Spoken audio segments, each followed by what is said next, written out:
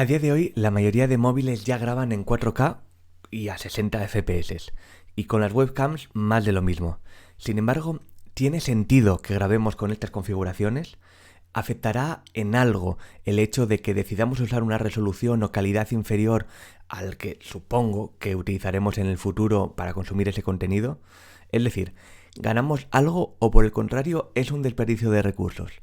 Recursos que, de no necesitarlos, suponen un coste económico menor para nuestros dispositivos, también un menor impacto a nivel de almacenamiento digital, e incluso un ahorro de tiempo considerable si tenemos que editar luego ese contenido y subirlo a una plataforma de almacenamiento en la nube. En este programa repaso, tras haber estado probando literalmente cientos de productos y configuraciones y consultado a varios compañeros que se dedican profesionalmente a la grabación, cuándo nos interesa grabar con una u otra calidad. Dentro vídeo.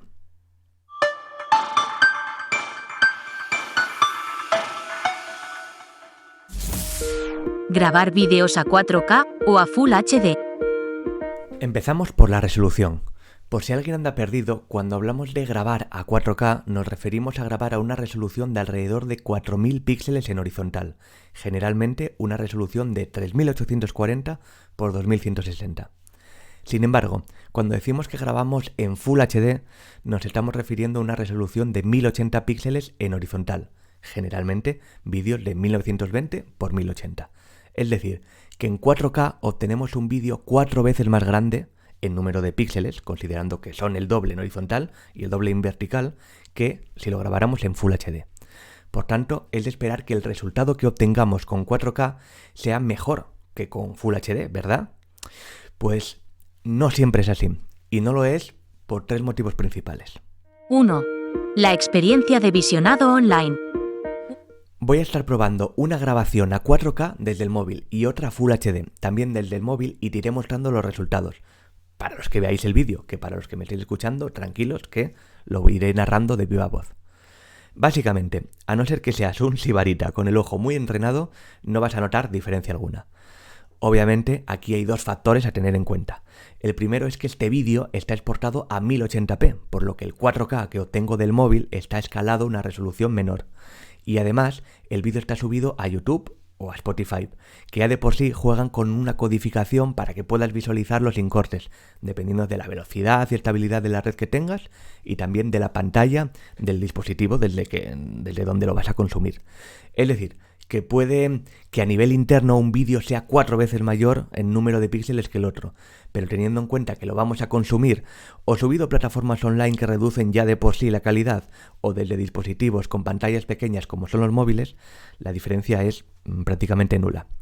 Y ojo, que incluso mirando los archivos en bruto en mi ordenador no noto apenas diferencia. Vamos, que hoy en día no parece que salga rentable grabar a 4K. 2. El peso. Otra razón a considerar. El vídeo grabado en 4K pesa 51,2 megas y el vídeo grabado en Full HD 35,5 megas. La diferencia te puede parecer poco, pero claro, es que hablamos de vídeos de apenas 10 segundos. Con vídeos de varios minutos, la cosa se desmadra. Sin ir más lejos, recuerdo una de las entrevistas que me hicieron hace tiempo en un evento de apenas media hora y que se grabó directamente en 4K desde un móvil en el público de los que asistían al certamen y llegó a pesar algo más de 10 gigas. Ese 40% extra de peso se nota y mucho cuando tienes que trabajar con varios archivos y estos empiezan a tener una duración considerable. Necesitas, por razones obvias, más almacenamiento libre. Pero es que además tardarás más en subir el vídeo a una plataforma de streaming o cloud donde lo vayas a publicar. Y por si fuera poco, si tienes que editarlo, también tardará mucho más en convertir. 3. El coste de procesamiento. Y vamos con la tercera razón. He hecho también esta misma prueba con varios vídeos grabados desde 2 webcams distintas. Una, la que uso de forma habitual para grabar el podcast, que me ofrece 1080p 30 fps de salida. Y otra, la Hama C900 Pro, que me da una salida máxima de 4K a 30 fps. Una webcam, por tanto, bastante más profesional, que por cierto trae como curiosidad una tapa magnética para asegurarnos que no está funcionando cuando no debe. algo terriblemente importante para proteger nuestra seguridad y privacidad, y que en su día un servidor solucionó haciendo uso de un adaptador USB con un switch físico. Para evitar ser víctima de algún spyware, he decidido conectar tanto mi webcam como el micrófono a un switch USB. Gracias a ello, puedo decidir físicamente, pulsando el botón correspondiente, cuándo ambos periféricos están funcionando y cuándo deben estar desconectados. De esta forma, incluso si alguien consiguiera infectar mi dispositivo, solo podría grabar o escuchar lo que dijera delante de él cuando yo los activase para usarlos. Pues con esta webcam no necesitas un dispositivo extra. Y en ambos casos he estado probando a grabar vídeos de 1 minuto de duración tanto en 4K nativo como emulado, es decir, 4K nativo de la Hama o escalado con la otra que me da un máximo de Full HD. Y reescalando el 4K a 1080 o con 1080 nativo.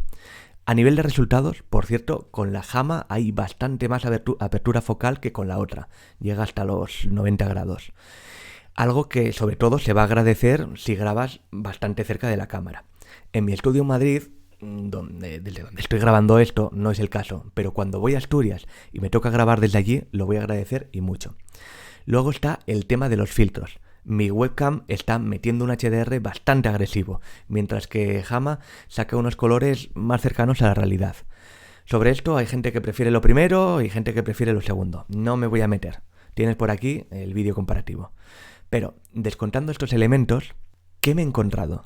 Pues que, paradójicamente, a nivel de peso de archivos, no he encontrado ninguna diferencia. Todos ocupan alrededor de 320 megas. He estado como un loco buscando las razones, consultando a un compañero fotógrafo. Y lo único que se nos ocurre es que en el procesado que hace OBS, la herramienta que uso para grabar estos vídeos, esté homogeneizando la salida, lo que haría que, pese a que es 4 veces más grande en las versiones de 4K, no afecte al peso final. Sin embargo, y esto sí es importante, grabando 4K el OBS va muy pero que muy forzado. Mientras grabo, la CPU, que habitualmente se pone en alrededor del 30% cuando estoy grabando a Full HD, como es el caso de este vídeo, ha pasado a estar sobre el 80%, lo que hace saltar una alerta de que debo bajar el consumo si no quiero tener problemas de procesado. Y en efecto, los vídeos grabados en 4K, tanto nativo como escalado, hay pérdidas más que significativas de FPS. Es decir, que grabar en 4K, sobre todo cuando necesitas procesarlo en tiempo real, por ejemplo para un streaming o incluso cuando lo codificas para editarlo posteriori para un vídeo de YouTube o simplemente para que no ocupen varios gigas, requiere de una máquina más competente. Mi Mac M1, al menos para esta configuración de OBS, directamente no me sirve. Por tanto, si quisiera grabar en 4K, tendría que comprar un ordenador más potente, o grabar desde el móvil y tirar de discos duros externos para poder almacenar todos los brutos. ¿Cuándo deberíamos grabar entonces a 4K? Hechas las presentaciones, mi corolario es fácil de predecir. En la mayoría de casos, no merece la pena grabar en 4K. Eso sí, ten en cuenta que si tienes una cámara que lo permite, siempre vas a poder elegir. Más que nada porque todas las cámaras 4K pueden grabar a 1080p o a 2K. Sin embargo, al revés, y por razones obvias, no podemos. No obstante, ¿en qué casos sí deberíamos grabar a 4K nativo? Pues, por ejemplo, cuando vayamos a necesitar reencuadrar la escena en postproducción, o cuando vayamos a hacer uso de un zoom en algunos puntos del vídeo. Grabar a 4K puede venirte genial para acercar la imagen de un detalle del fondo, o incluso para emular otra cámara y jugar, como hago yo con los vídeos de este podcast, con 2 tamaños de escena distintos. En estos casos, quizás el mayor coste de almacenamiento de cada vídeo, siempre y cuando tu dispositivo lo permita también a nivel de procesamiento, puede darle sentido. Incluso, y este tema me parece súper interesante, puede tener sentido si quieres adelantarte a un hipotético escenario futuro en el que las pantallas de resolución Full HD se queden obsoletas. Sí, tal cual estás oyendo, obsoletas. Y sí, es cierto que probablemente no llegaremos al nivel que experimentamos ahora cuando vemos un vídeo a calidad de esas primeras cámaras digitales que salieron en la época en la que la tecnología de nuestros monitores pasaba de ser la antigua de tubos a las pantallas planas actuales. Hay muchísima diferencia entre ver un vídeo a, por ejemplo, 320p, que era lo que grababa la mayoría de cámaras digitales, y hacerlo a uno a HD o Full HD. En cambio, con la calidad actual Full HD, la diferencia si la comparamos con algo como 4K o incluso con el 8K no es tanta. Se ve más nítido, sobre todo en pantallas grandes, televisores, pero poco más. Aún así, si te preocupa no ver ese vídeo en buena calidad el día de mañana, pues mira, puede ser una razón para grabarlo 4K. Grabar vídeos en 24, 30 o 60 FPS. Ya hemos hablado de la resolución, ahora toca añadir otro concepto, los FPS. Por resumirlo muy mucho, quédate con la idea de que los vídeos están formados por imágenes estáticas. Lo único que se reproducen tan rápido que al ojo humano acabamos viéndolas como un elemento en movimiento. Así, los FPS son el número de imágenes que un vídeo muestra en un segundo. Es decir, 30 FPS significa que ese vídeo tiene 30 imágenes por cada segundo de emisión. Y 60 FPS, pues 60 imágenes, el doble. Y por si te lo preguntas, sí, hay un límite que se ha considerado en la industria como mínimo para que el ojo humano no distinga que se trata de unas imágenes estáticas reproducidas a mucha velocidad.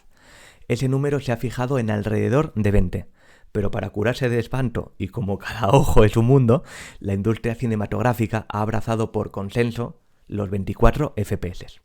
Ahora mismo te lo explico. 1. Los 24 FPS del cine. El 24 es el número mágico de la industria. Históricamente, desde la llegada del cine con sonido, eso sí, que por ahí tenemos esas primeras películas mudas a 12 o 15 FPS, las películas se ruedan a 24 FPS. Bueno, 23 con algo, pero esto ya es otro tema para otro vídeo. 24 porque es el mínimo que se considera estándar por comodidad, es decir, porque es lo más económico posible sin sacrificar demasiada calidad.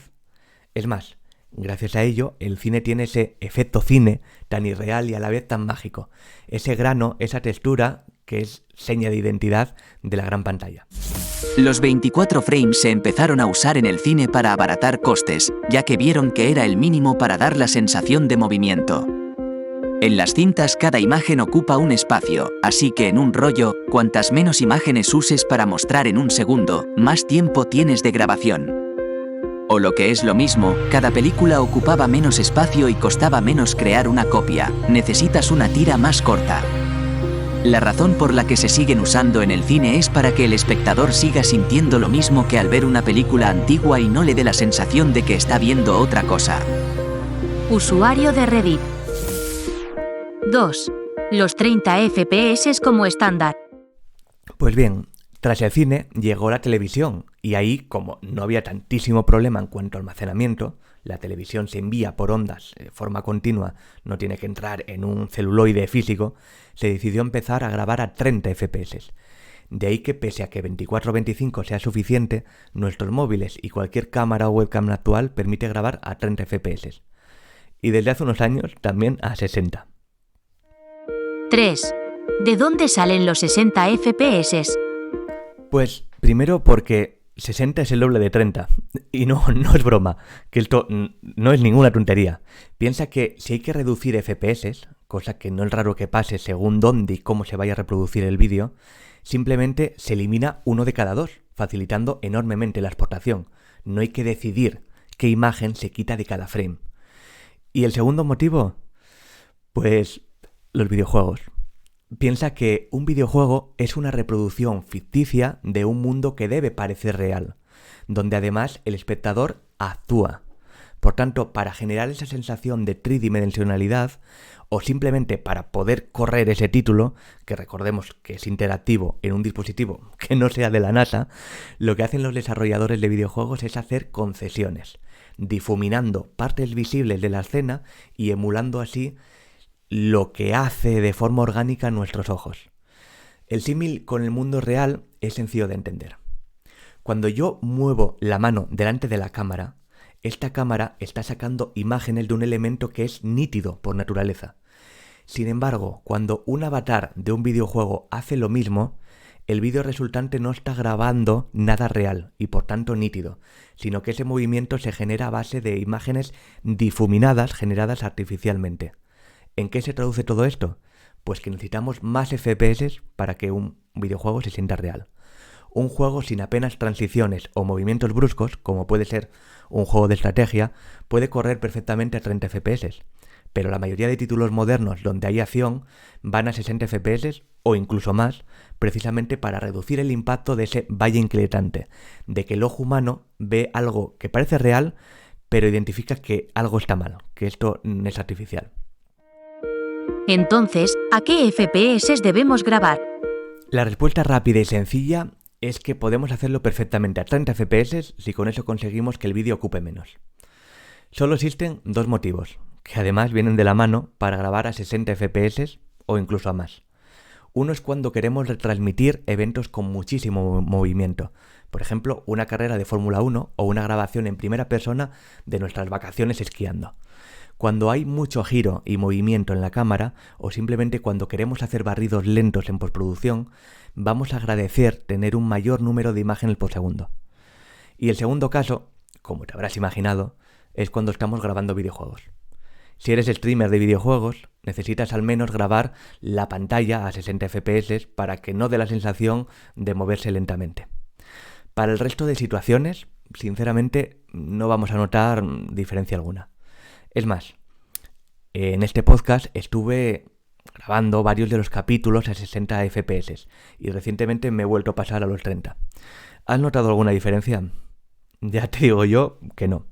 Puedes ponerlos uno al lado del otro, que el resultado es exactamente el mismo. Y ahora, turno para ti. ¿Cómo estás grabando tus vídeos desde el móvil? ¿Te habías parado a pensar cómo la resolución podría afectar a la manera que tendremos en el futuro de consumir ese tipo de contenidos? Y sobre todo, ¿te has resuelto de una vez por todas algunas de las típicas dudas que tenemos los que creamos contenido audiovisual? Te leo en comentarios.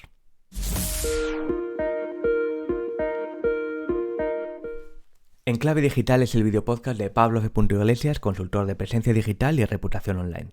Si este contenido te sirve para estar bien informado sobre la actualidad en materia de negocios digitales, reputación y tecnología, te agradecería que le dieras a suscribirte en mi canal de YouTube o en la plataforma de podcasting desde donde me escuches, le des a me gusta, me dejes un comentario o reseña y lo compartas con aquellos a los que crees que le puede interesar.